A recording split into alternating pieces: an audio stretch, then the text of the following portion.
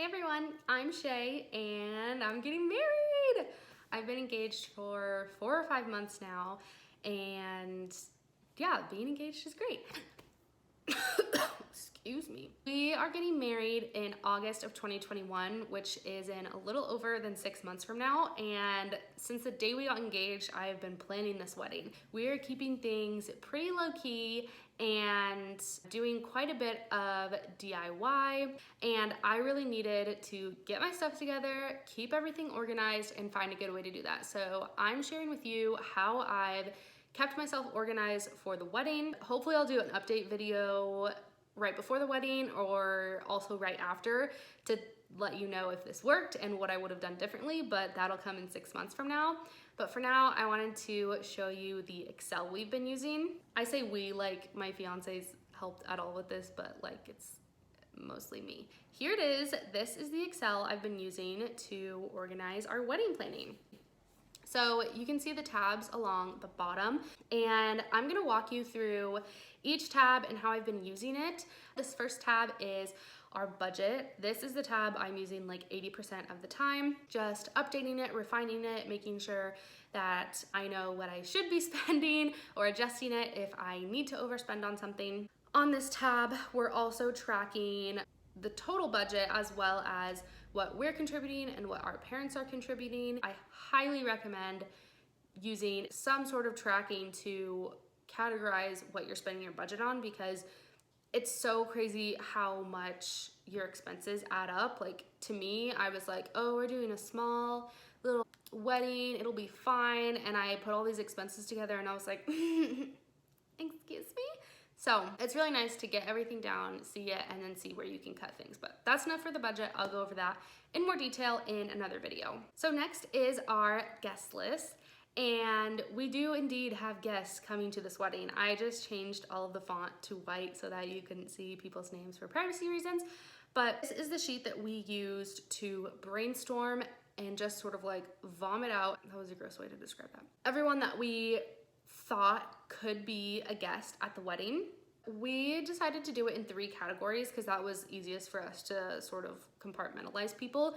I sat down with my fiance and we just typed out everyone that we could think of that would want to come to the wedding, that we would want to come to the wedding. We just typed all of them out. Even if we didn't know if we were going to invite them, we just put it on the paper. After we did that, we slowly just started like deleting people. I know that sounds kind of harsh, but it's just the reality. Like not everyone you know needs to be invited to your wedding. You're not gonna maybe want everyone you know at your wedding. So we made this column reduced guest list, sort of using COVID as an excuse to not invite so many people, but we're really happy with the way it turned out.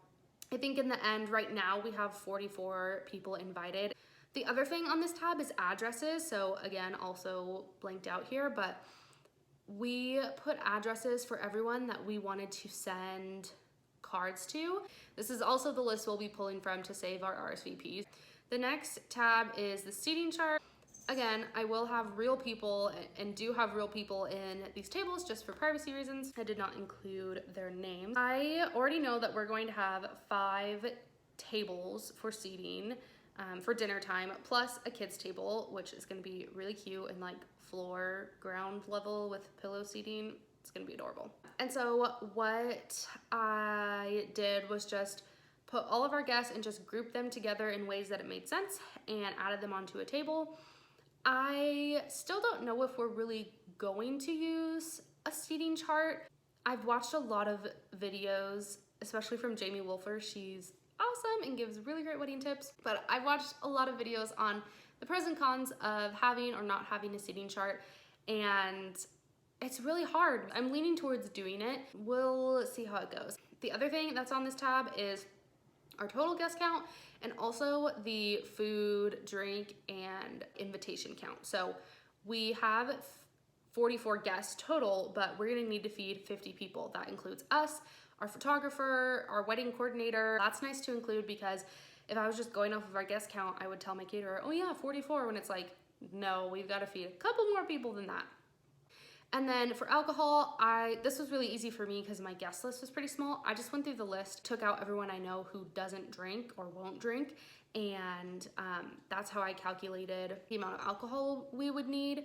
There are some online alcohol calculators where you just put in the number of people drinking, who's a heavy drinker, I don't know. It'll tell you like how many bottles of wine, how many cans of beer, how many bottles of liquor. So that's kind of what I'm basing that on. The last thing is number of households for cards. This is really nice to just write down because anytime I'm ordering something to send out the save the dates, or if I want to send thank you notes afterwards, I just know off the top of my head, okay, I'm mailing 22 of these. And it's really easy for me to just write it down and not have to go through and count 100 times. It's just already there.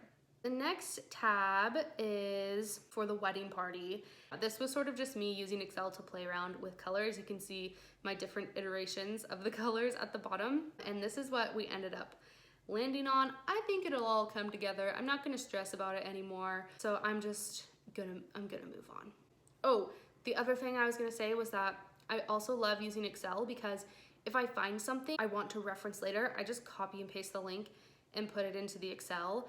And so like, I forgot that I even found this link of these like cute little tuxedos for my ring bearers until I went back in here and was like, oh my God, I saved this, like, thank you. Next is the schedule of our wedding.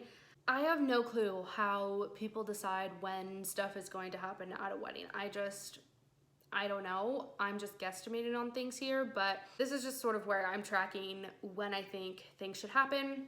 We have a super small wedding, so it's not like we're really gonna need to be like, okay guys, 6 o'clock, serve dinner now. Like, it'll be a lot more go with the flow, and the night will end when it ends and things will start to wind down. So I'm not too worried about it, but it's just nice to be able to know like, okay, if we want to eat dinner at this time, let's work backwards. This is when we need to have the ceremony. I knew that we wanted to have dinner like before 7 o'clock. Oh my God, now that I'm here, that seems kind of late. Maybe we should eat at like 5:30. Okay, anyway, these numbers are not set in stone. Again, this is why I have it in Excel so that I can actually see it and know what needs to be done. Oh, I'm torn now.